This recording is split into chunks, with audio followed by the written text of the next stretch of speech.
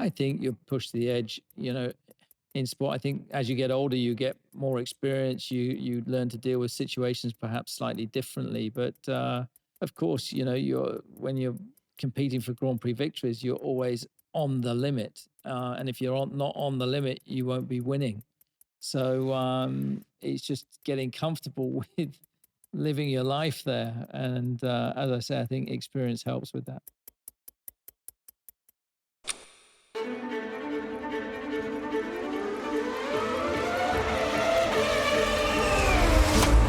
What gives us our edge? And how do we go beyond it? How thin is the line between taking part and tipping into victory? What inspires those moments of rare advantage that change the shape of a race? A winner's born or made? And what happens when things go wrong? Or when it all goes right? Welcome to The Edge. We'll be talking to people operating at the very edge of possibility. From athletes to actors, and from artists to entrepreneurs. I'm your host, Theo van den Broeke. Watch out. This is The Edge, a podcast by TAG Heuer.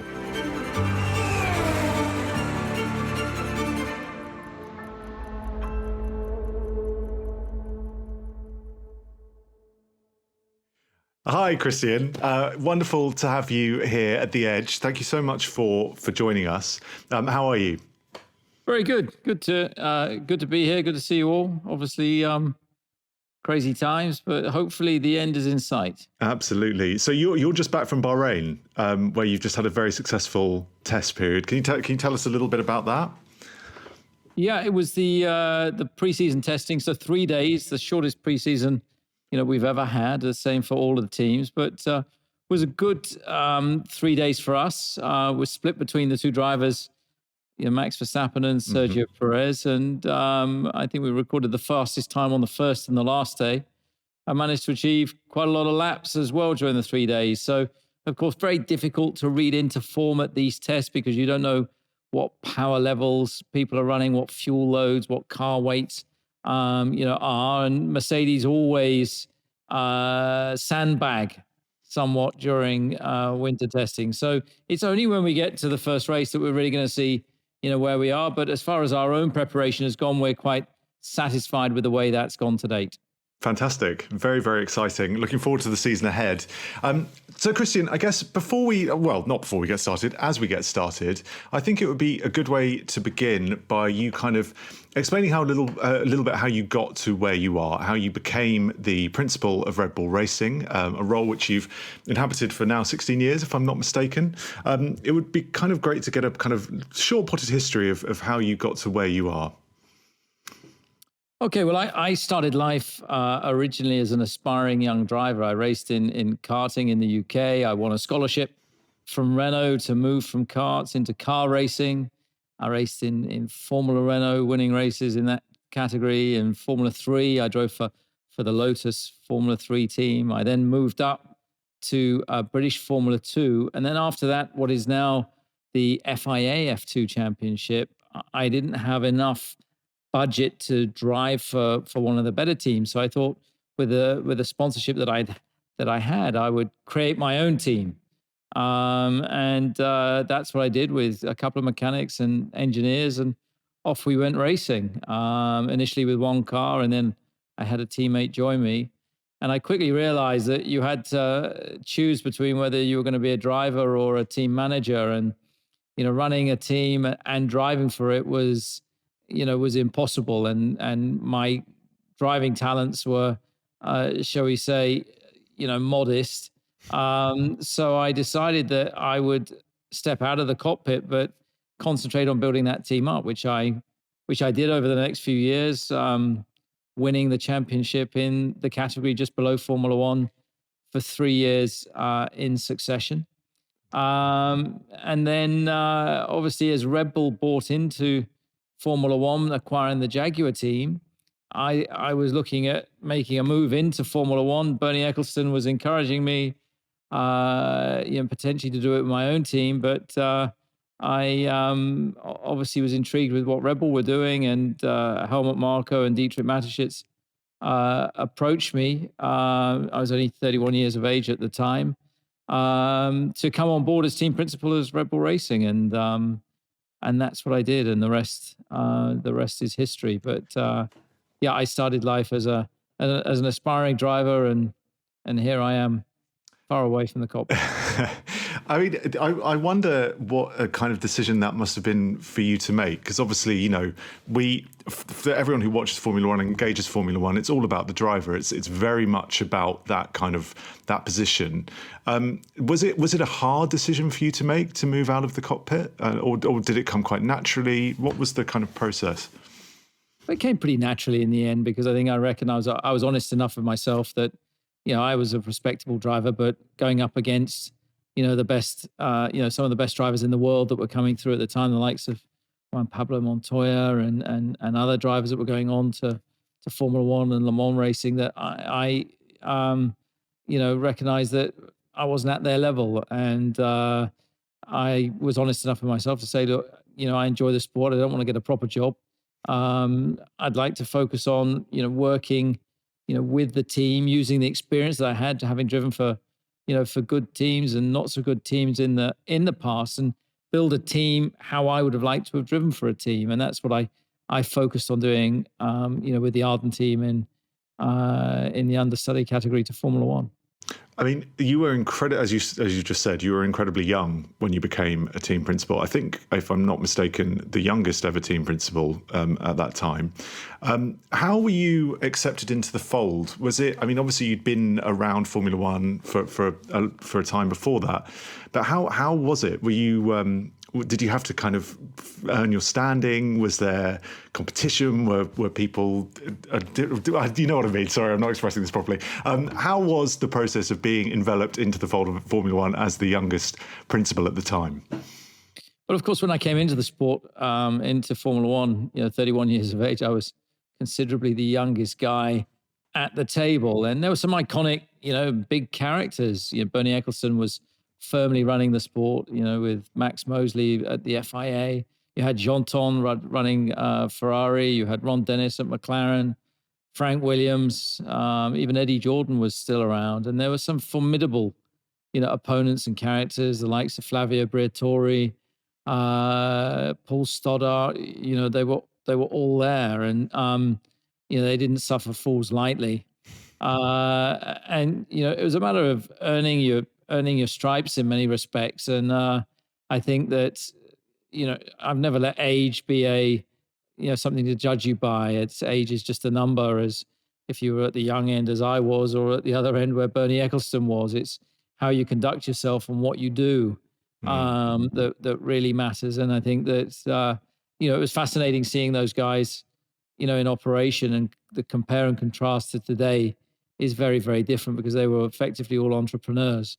But it was fascinating. And, I held my own ground and did my own thing and stuck to the principles that had served me well in my team in Formula 2. And, it worked out okay. This is a bit of a question that I'm springing on you, but were there any specific moments that really kind of taught you a lesson that you've gone on to take into your further career when you were that kind of young gun coming in to the game? Well, I remember some of the early meetings. There used to be a meeting at Heathrow Airport prior to the season. It was called the Concord meetings at the time, because it all related to the Concord Agreement. And all the team principals came together, and there was not a single item on the agenda that anybody agreed on. Nothing was achieved. It was basically a 2.5-hour argument that Bernie was masterfully conducting. But at the end of it, everybody agreed what a fantastic meeting it was. And that's how it was to continue. And, Bernie was uniquely qualified to achieve exactly what he wanted by creating as much chaos as he possibly could. And I remember coming away from that first meeting thinking, we've achieved absolutely nothing. But that was the dynamics of Formula One, and not much has changed since. I mean, obviously Bernie's no longer there, but sometimes we attend these long meetings. I'm in doubt of sometimes what they do achieve. A certain affable chaos by the sounds of it. It would be interesting to talk a little bit about your kind of successes, I guess your early successes as team principal. What was that first moment where you kind of thought, wow, I've really achieved something extraordinary here? Well, I suppose, in the early days outside of Formula One, it was winning the championships in Formula 3000. I remember winning the support race at the Monaco Grand Prix. And in those days, you used to get prize money that was awarded at the event. And so I was given an envelope of prize money. Um, and I thought I need to buy something to commemorate this first victory at Monaco. And so I went to the watch shop at Nice Airport, and there was a TAG watch that caught my attention, the Monza edition.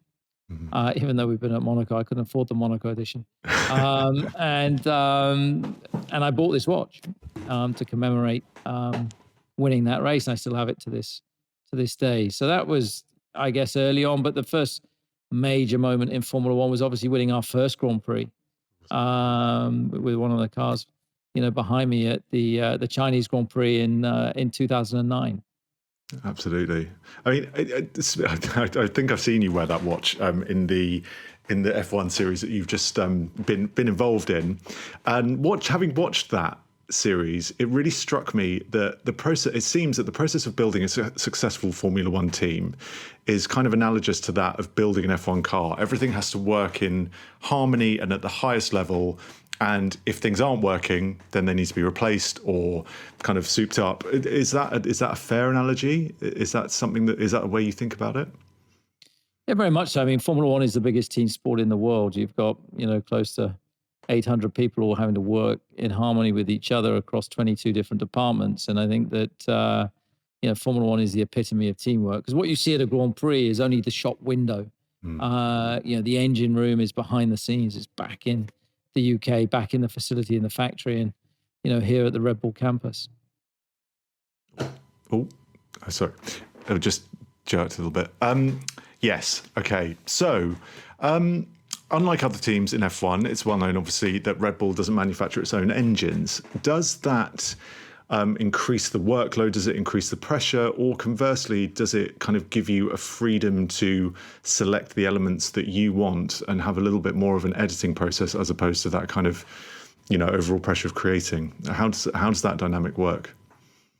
Well, in the previous 16 years, we've always been a customer with different engine partners. And we currently have a great partnership with Honda that is entering into its third season. Unfortunately, it's the final season. Of course, we've had decisions to make for the future. What do we do? Do we continue to be a customer, or do we take our destiny into our own hands? And that was the decision by the group to go it on our own, to bring the engine here in-house, to integrate it fully into the chassis, into the organization. And that's tremendously exciting on one hand and slightly scary on another because of the scale of the challenge. But I think we've managed to demonstrate on the chassis side to produce a competitive car against some iconic opponents. And I see no reason why we can't, by applying the same methodology, the same approach, to do the same on the engine side.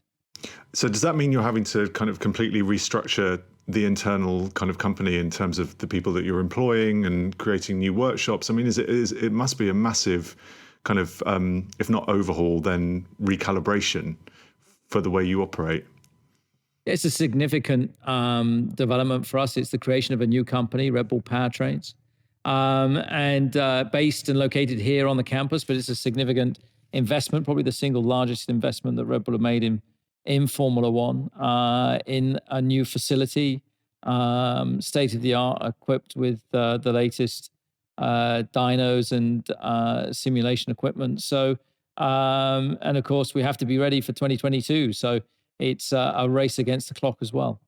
For you personally, does the challenge of having this new element to your role, overseeing this, is that exciting? Is that something that you kind of relish? It is exciting. It's a new challenge. It's something where we taking control of the future, of making sure that we've got the most competitive engine, the competitive people, the right people, the right tools, the right infrastructure to go and create competitive engines to challenge for future world championships. Sure. You've kind of just touched on this, that obviously Formula One is a shop window, but behind that, behind the scenes, is where most of the action happens. And having watched the show, it kind of really comes to light, and that sense of pressure that is on you really is palpable. And you're as much a star of that show as the drivers are. And it also feels quite dog eat dog, to be honest. There's a real kind of push and pull, which you get a sense of, and I know that's obviously the drama created by the show. Mm-hmm. But how do you deal with that? Is that something you enjoy? Is it something that you kind of have had to learn to manage? Well, Formula One had a nickname of being called the Piranha Club, and they got that name for a reason, because there's a few piranhas out there. And of course, it's hugely competitive. It involves huge amounts of money. It's high stakes, and I think that it's a very, very competitive business, very competitive industry. And but for me, it's about the racing on track, and the rest of it is a necessary evil in order to get to a competitive position, on circuit. So I've just stuck to my own values, which have served me well over the years, and I will continue to do so for the future. How have you personally found the increased exposure? Because, we talked a bit at the beginning about you kind of gave up being a driver to move into being the principal. And although obviously you do have exposure in that role, a great deal of exposure, a show like that kind of takes you to another audience. Is that something that you've kind of enjoyed? Is it something that detracts from what you're doing? What's the dynamic? Well, I think that, Grand Prix fans, worldwide, wherever we go, we get a tremendous reception. But that's been very much focused on, the core fan base of Formula One racing. I think, the show and the Netflix, edition have really taken Formula One to a broader audience. So I think that's what you notice, is that there's just a more broad audience and visibility that, Netflix have brought to, to Formula One, and some of the challenges and more behind the scenes rather than just on, at the circuit racing. So it's an interesting dynamic. It's not one that I pay too much attention to. And particularly in the current world, we don't see anybody anyway. So it hasn't changed my life too much. I mean, on that topic about kind of expanding the audience of Formula One, was that part of the reason why you wanted to get involved with it? I mean, is that need to bring Formula One to a new audience very much present? What's the route to that? Well, I think it's been a great asset for Formula One because it has reached an entirely new audience, both in the US and across different generations as well. And of course, what it is doing, it's promoting the sport, some of the characters, particularly the drivers. And of course, then to see how those drivers are performing, all those teams, you have to tune into a Grand Prix. And so it's brought a new following, to the sport, which is great to see. And I think Formula One has never been as popular as it currently is, globally. And I think, the Netflix show has certainly played a role in that. As much as there are clear rivalries between the principals, there also are obviously very clear rivalries between the drivers. But it seems to me that it's kind of less between drivers of different teams and often drivers in their own teams. Is that something that's kind of stoked to make them work harder and push harder, or is it just something that happens naturally in your experience? I think it's just something that happens naturally. I mean, the word teammate is a fallacy. Your teammate, the two drivers, they have equal equipment, and they're the only two on the grid that have the same tools at their disposal. So inevitably, they're measured against each other. So, one driver will ultimately come out on top. And of course, the driver that you're being constantly compared to because of the similarity of equipment is your teammate. And so they will make or break your career to a degree. So, of course, there is that intense internal rivalry, but of course, they're also there to fulfill a role for the team. Because the most important championship for us, ironically, is not the Drivers' Championship, which is where the prestige is, but from a monetary point of view, is the Constructors' Championship, the team championship, which both drivers' points count towards. And that's where we need the drivers really driving on behalf of the team. One of the things that you say in the show that really struck me was how this is a drinks company, and you have operated in a very different sphere, and you've come into this game, but you've come into it incredibly strongly. It's quite extraordinary when you think that you're up against traditional manufacturers. Do you feel very proud of that you've built this incredible thing? I mean, I personally feel like you should. Well, we're constantly looking forward rather than backwards. So it's only when you come into a room like this and you see some of the historic cars, and it's a relatively short history. In 16 years, we've managed to win quite a lot. 4 consecutive double world championships, driver and constructors, between 2010 and 2013, and pretty much in each of the years since, we've been probably the closest competitor to Mercedes, winning races in every season apart from 2015. So, but you're always looking forward. You're never looking over your shoulder. It's always about the next race, the next season, and you rarely get time to reflect on last year or the last year. So, we tend to be forward facing and constantly looking at addressing and taking on the next challenge. We should talk about then the forthcoming season. How are you feeling about it? What are the biggest challenges? Obviously we know what the aim is, but what's the general mood? How are you feeling? Well, there's always a sort of a nervous anticipation and excitement about heading into a new season. It's like back to school, and everybody turns up with their new cars and new uniforms, and away you go again and see how you fare. And we've had a good preseason, so that has increased the expectation and the excitement surrounding this year. But we're still mindful of the fact that Mercedes have been absolutely dominant the last 7 years. So we make no bones about it. We've got a huge mountain to climb, but it's going to be a long season. It's a tough season, particularly the second half of the year. 23 races around the world is brutal for the traveling staff, but it's something that the racers and us thoroughly enjoy, and it's the competition. We've got great drivers, we've got a great team, we've got formidable opponents, and it's going to be, I think, season of all seasons this year, particularly based on what we saw in recent testing in Bahrain. You must be very excited for things to start back up as they were. I assume you were. I mean, it's a lot of traveling. I mean, did you miss it last year? What was the kind of, how did you feel having that kind of hiatus? And are you desperate to get back into it now? Well, this time last year, we were just about to go into a 65-day lockdown, unsure of what the future or rest of the year looked like. So that was a bizarre scenario where, we were sat in our homes trying to plot a championship, and Red Bull played a key role in that in the first 2 races, but getting the championship up and running again. And the teams collectively worked hard together with the promoter and the governing body to get a 17-race championship up and running. And that was, with the challenges of traveling around the world with COVID and restrictions, that was some undertaking. And of course, now we embark on a full championship year, again, with the challenges that COVID is, presenting. Again, has its challenges, and usually by the 4th or 5th race, you travel around the world at least a couple of times in air miles, and it is a busy schedule, particularly the second half of this year, where hopefully we're going to see more and more fans returning to the sport, able to watch sport live across the globe. What is it not having fans there to watch it? What's the mood? Does it change the way that the sport operates? I'm talking about this having watched certain other sports where they've had empty stadiums, and you just get the sense that the kind of sense of purpose isn't quite there anymore. Does it feel the same?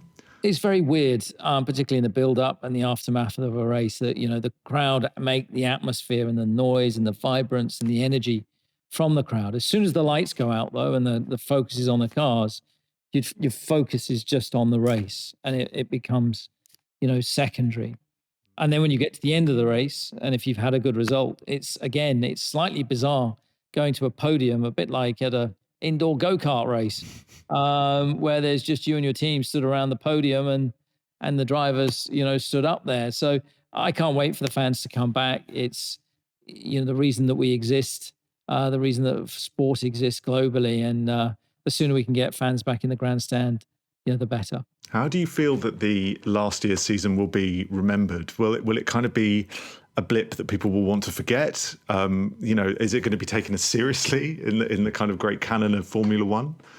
I think it was a success for Formula One. It showed the dynamics of Formula One that's able to adapt, and to keep a 17 race world championship at venues around Europe and the rest of the world last year was a phenomenal achievement, particularly introducing circuits that we'd either not been to for some time or never been to previously. And there were some great tracks that were introduced last year. So I think 2020 was a tough year for everybody, but I think Formula One, was a shining light in sport in that amongst that pandemic.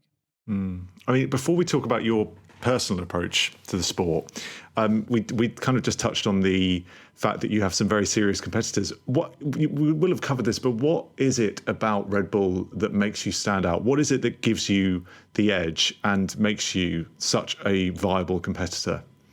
I think it's the spirit that exists in the team. We are a race team. That is who we are. That is our DNA.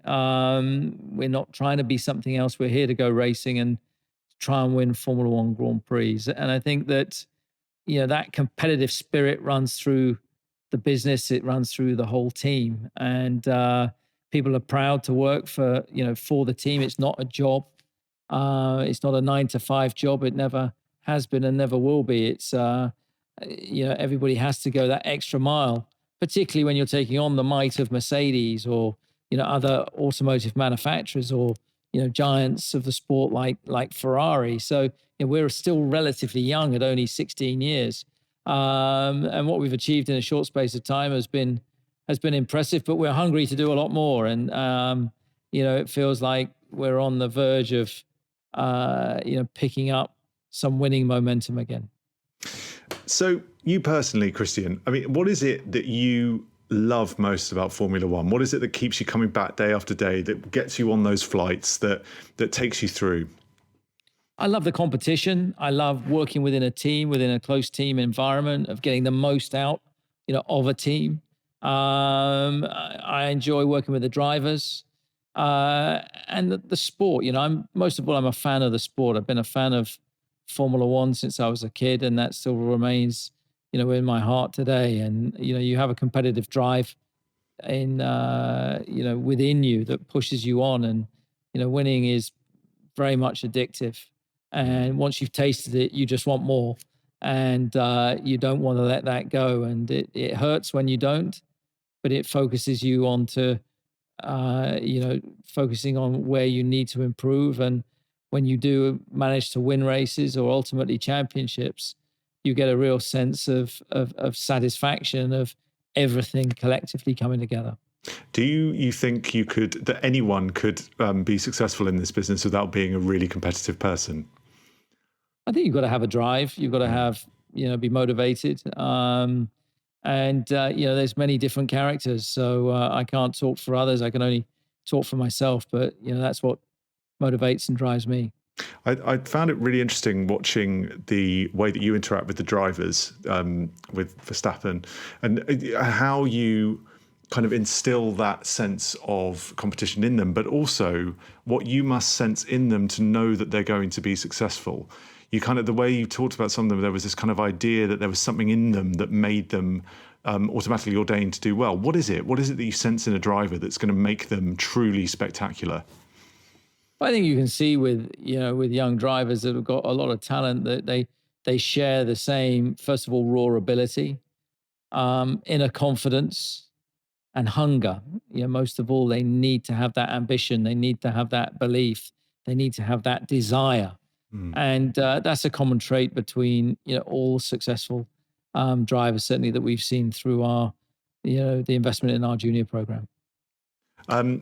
So obviously, you've had a lot of achievements during your time at Red Bull, but perhaps away from the titles and the wins that are kind of the obvious achievements, is there something in the last 16 years that really stands out for you as a kind of moment of achievement that you feel incredibly proud of? Well, outside of the sport, obviously, it's family life is the most important thing. So, your children obviously are at the top of the list with your family. And the sport can be tremendously demanding on time. But it's important to find a balance between family life and working life. How do you find that balance? With difficulty sometimes because this business is so demanding. But I'm very fortunate. I've got an understanding wife, and my children don't know anything different than the job that I'm, have done their entire lives. So, yeah, with a lot of understanding, but you're making sure that between Grand Prix, that when we do get downtime, we do get family time, that it's that we make it count, and that I'm very much present, and obviously try and enjoy as normal a family life as we can. Do you see yourself doing this forever for the rest of your career? Is there what else would you be doing if not? I have no idea what I'd be doing if I wasn't doing this job. That I enjoy what I'm doing. I'm still relatively young. I'm still extremely motivated. So, long term in this business is about 3 years. So, who knows what the future holds? But I don't have any intention of doing anything differently, certainly for the foreseeable future. We just touched on family slightly. What would you say, if there are any, are the parallels between being the head of an F1 team and being a father? Or sometimes, needing to take a fatherly stance with the drivers can be quite similar to being with the children. But no, I mean, look, I think that when I first came into the sport, my drivers were older than I was. Now I'm old enough to be the driver's father. I raced against Max's mum, who was a very competitive kart driver. So yeah, the dynamics have changed, but you don't see them as younger or older. As I said, it comes back to your earlier question that I think age is irrelevant. It's how you handle yourself, how you hold yourself, and yeah, that's age is just a number then. But do some of those qualities, so, that drive, that eagerness, that belief in self, can that also be something that works against those drivers? Do you see those? Because there must be a kind of crossover, because to be that single-minded and that kind of focused, it could, maybe, I don't know, does it impact in different ways, in negative ways? Um, Difficult to say. I mean, the drivers are tremendously motivated. They're very single-minded. You have to be pretty selfish to be a successful sportsman in any sport. And that obviously has its has its downside as well as its significant upside. So, but that's just a challenge, not unique to Formula One, to any highly competitive sport. Um, what would you say has been the biggest challenge or unexpected challenge that life has thrown at you thus far? And in turn, how did you overcome it? There's challenges every day, every week, and I think to overcome it, you first you have to understand it, and you just have to apply yourself. And I think worry about the things that you can control and not the things that you can't. And I think that take things one step at a time. Uh, it's you're never going to build Rome in a day, and you've just got to go piece by piece. And I think that that's the same with any challenge that we face, within Formula One. Is first of all understand what that challenge is, what your weakness is, and then try and address that and build on your strengths.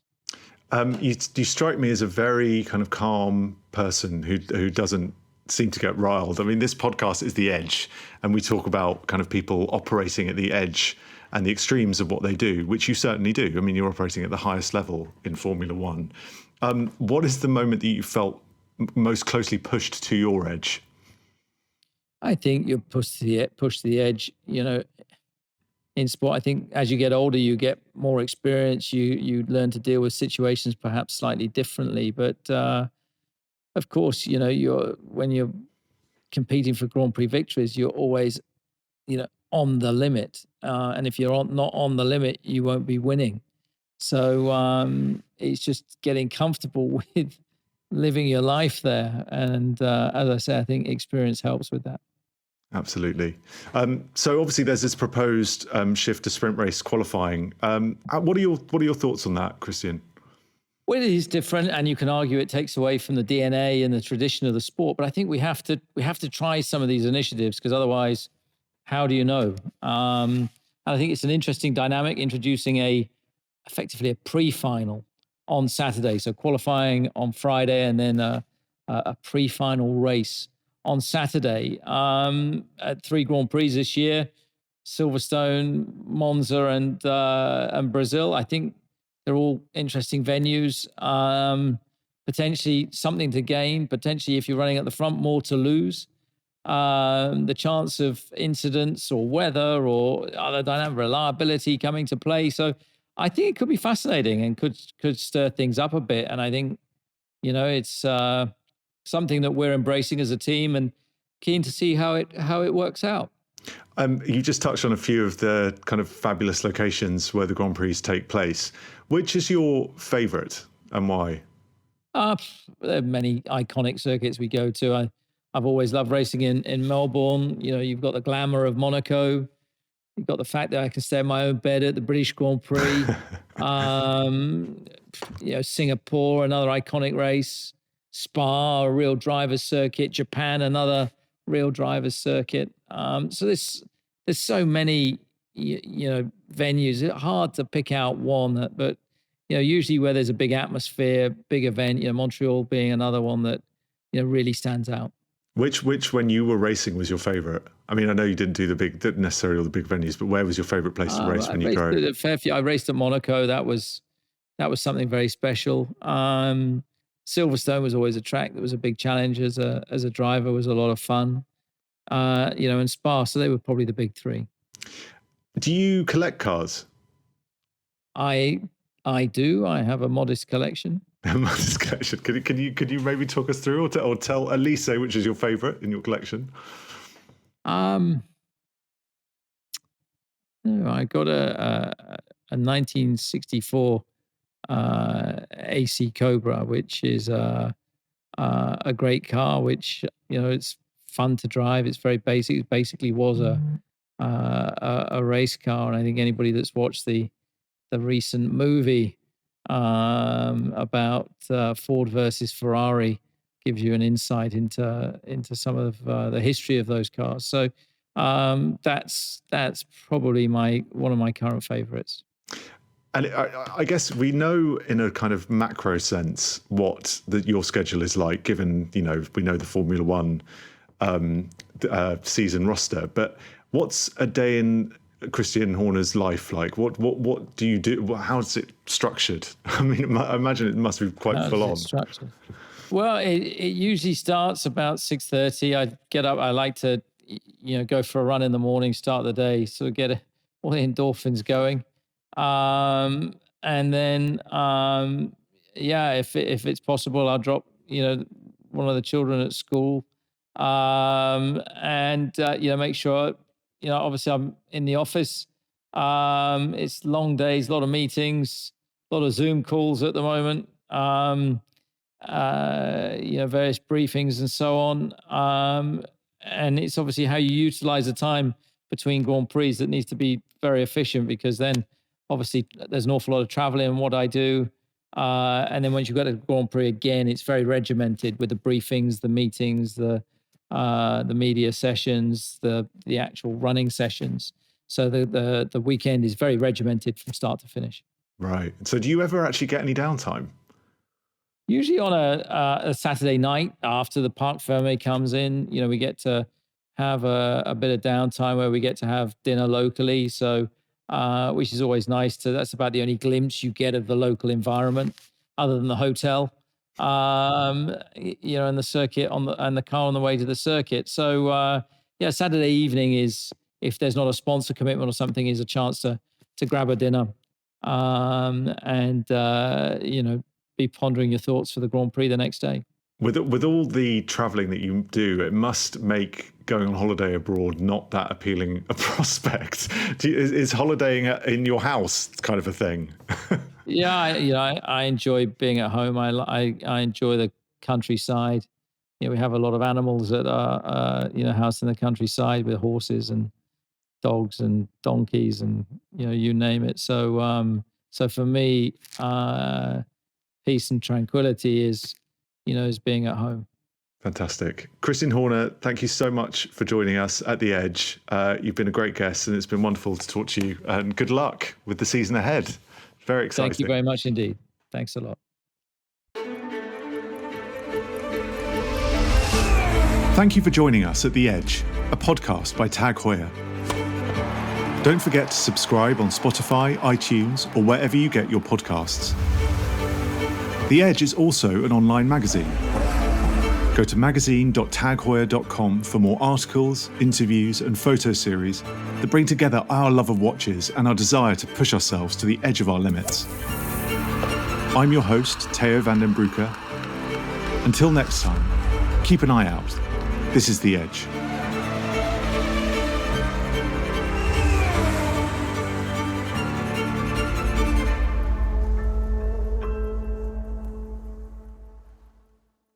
Before we meet again in our next episode, a final message from Red Bull. Hi, I'm Max Verstappen. This is Sergio Perez. And I'm Paddy, host of Talking Ball, the official Red Bull Racing podcast, where we bring you unrivaled access to the team.